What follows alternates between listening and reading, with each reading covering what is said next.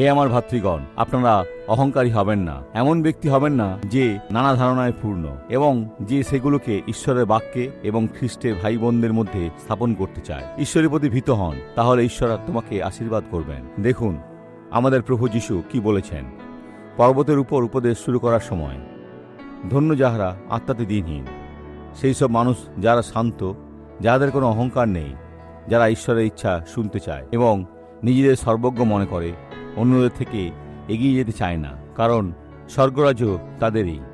এটাই স্বর্গরাজ্য যদি আপনি এটা না করেন।